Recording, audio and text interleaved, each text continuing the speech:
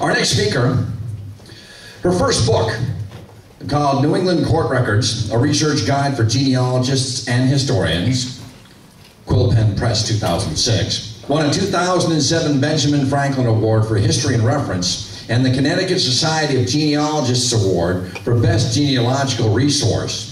She's a former trial lawyer and has made a new career as a historical consultant, award-winning author, and popular speaker.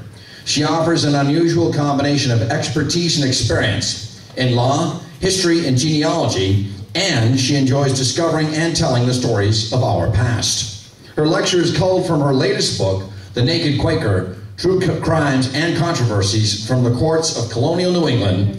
Please welcome author Diane Rapaport.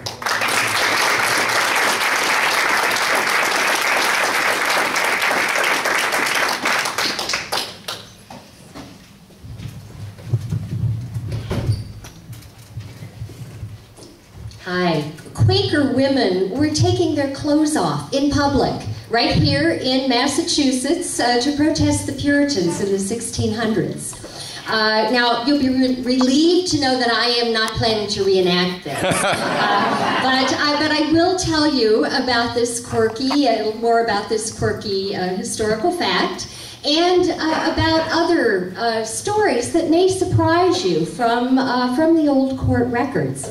Now, I think for most of us, if we think about 17th century times at all, it conjures up some kind of bleak images for us. We imagine that people were sitting in the stocks for punishment, reading the Bible by candlelight, wearing those really dull clothes we assume they had back then, black with the broad-brimmed hats and so forth, but actually they were more fashion conscious than you might suspect, even in the 1600s. They wore red sometimes.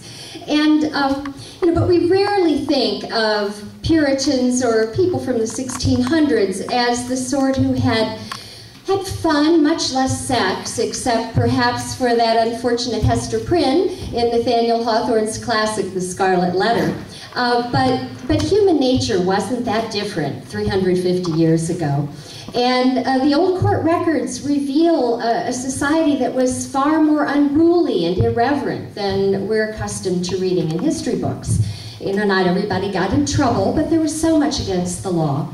And, so I think you'll be surprised at some of the kinds of things that our ancestors were doing back in those days. Now, I just will give you a quick preview of some of the stories that I wanted to cover this evening.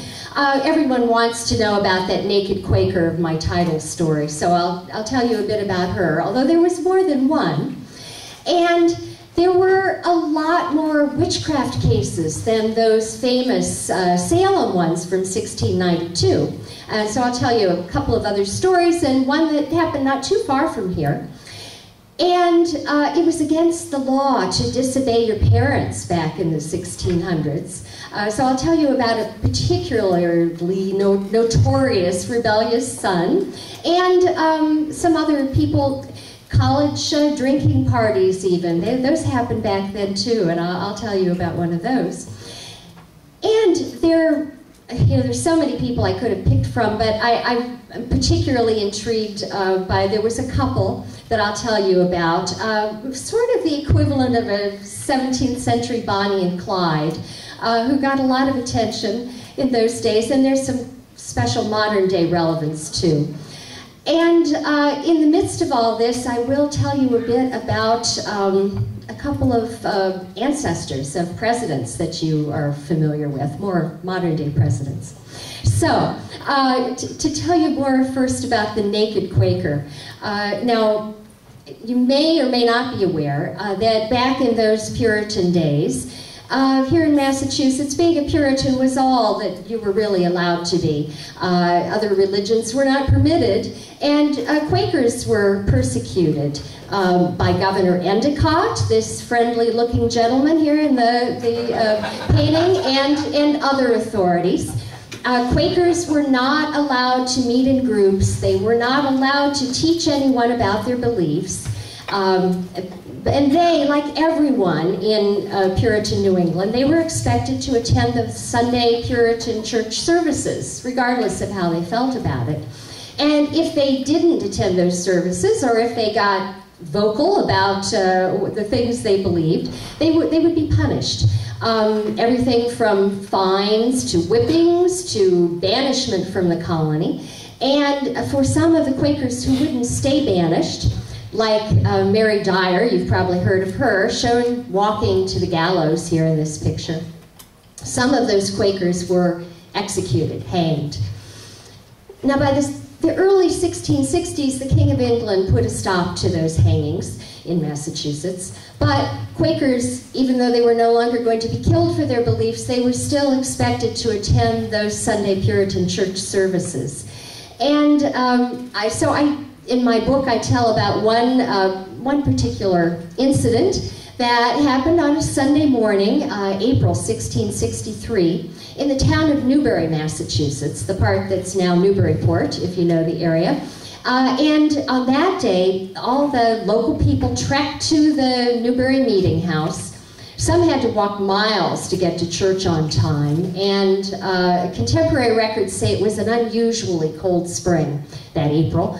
So, you know, in New England, there could well have been snow on the ground, as in that picture.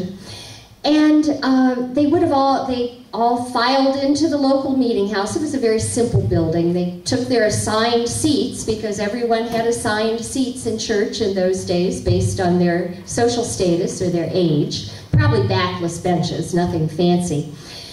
And they would have kept their heavy wraps on, because in those days, I was surprised when I first learned this, the meeting houses usually were not heated, even in the depths of winter. Meeting houses in those days were multi-purpose buildings, and one of the purposes usually was to store the local gunpowder. So as you can imagine, it was not safe to light fires in the meeting house. So picture, if you will, all these people sitting there, shivering in their seats, waiting for the minister to start his sermon.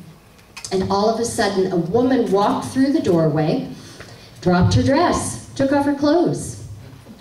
And I'll switch to a blank screen so you can use your imagination.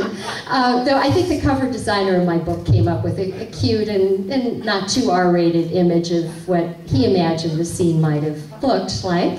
Now, the naked woman was Lydia Wardell. She was a Quaker, actually from New Hampshire, but New Hampshire was governed by Massachusetts in those days.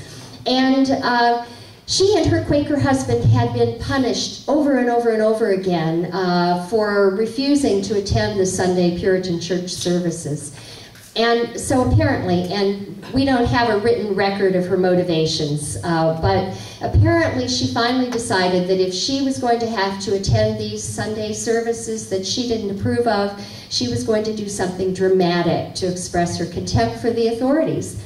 And as you can imagine, her Lady Godiva stunt got a lot of attention.